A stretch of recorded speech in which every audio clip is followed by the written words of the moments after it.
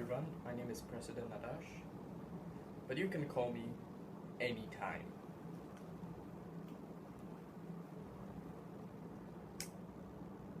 Today I'm going to be teaching you how to make your own country. Follow these easy steps and soon you'll have your own country. Or in jail, I don't know. Alright, so first of all you're going to need a lot of money to found a country. Countries don't fall out of the sky, so you're going to need money. I've been in a bit of financial trouble because I spent all my money on cash.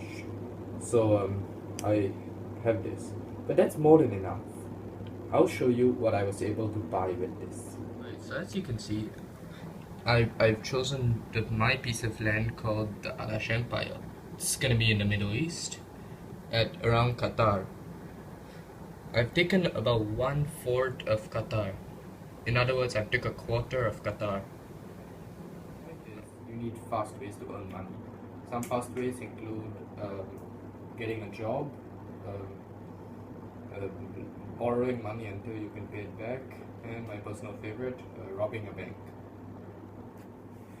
If you're really desperate for money, you can always buy a colored printer. I think you know where I'm going from there. Secondly, you're gonna need citizens.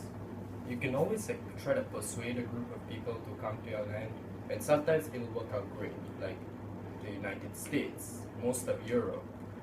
Other times, well, if you're in Ukraine right now, or if you want to go to North Korea, then. But the point is, your country shouldn't be like that. Socialism is antisocial. Go for democracy. Let's talk about geography, shall we? This is the geography of the Aadarsh Empire. Over here is around where I am, near Saudi Arabia, and just on top of Qatar. And once again, I take a quarter of Qatar. Oh, shit. Alright. So you're gonna need a capital city. Personally, the name of my capital city is Capital City, written in capital letters. Another thing is that you have to make friends with world leaders. Like, do you think you can get anywhere without making friends with world leaders? Like, if the world hates you, they'll be like, you can't join the United Nations, you can't join the European Union, you can't join the Arab League. It's just nothing works out if you're not friends with world leaders. Let me show you what it takes. It's me and Kim Jong-un playing tennis. As you can see, he's like really energetic about it. And this is Joe Biden and Vladimir Putin playing together in a nice game of Mario Kart. What really upsets me is that they didn't want to let me be in the picture. They said it's because I'm not presidential enough, and because I'm not even the legal age of being a president. What a load of crap. Up, you're gonna need the flag. This is my personal flag. AE to represent Aadarsh Empire. What does the blue represent? It represents the color blue. What does the yellow represent? It represents yellow. And that's precisely what my flag is all about. About national animals. Belgium has the lion. America has this bison.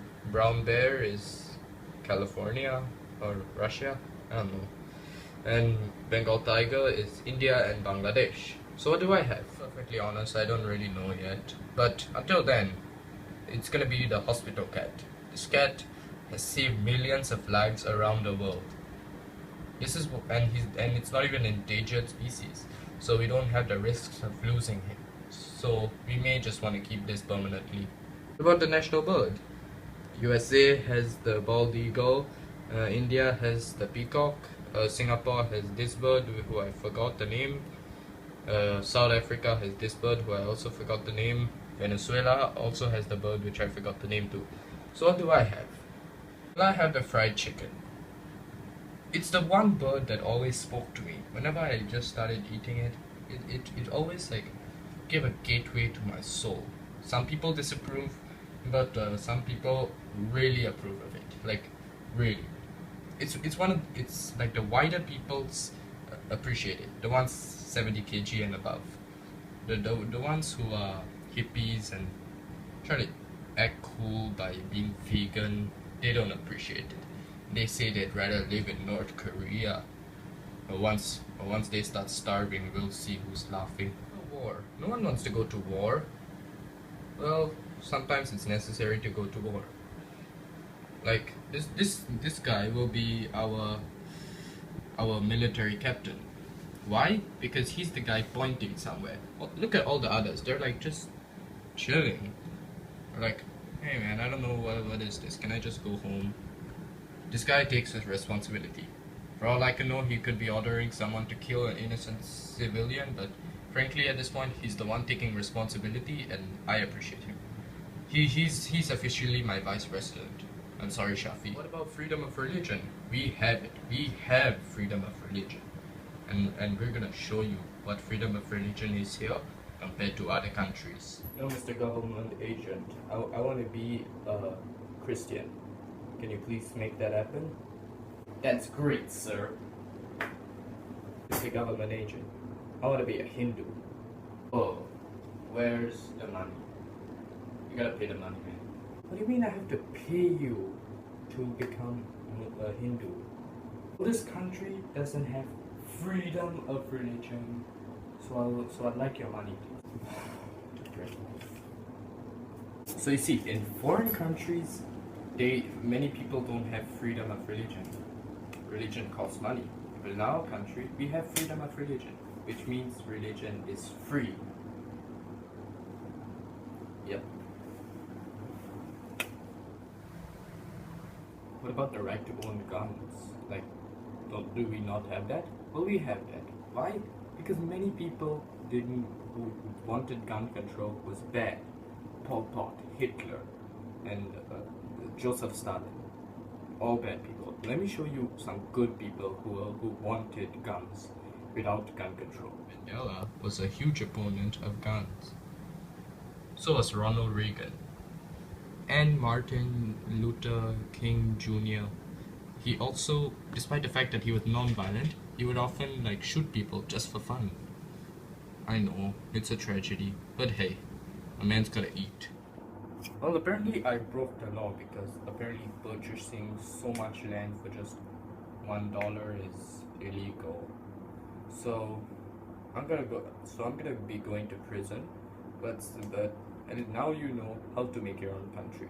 Stay tuned for next video on how-tos, and I show you how to how to be president. Oh, I'm gonna go to prison now. See you.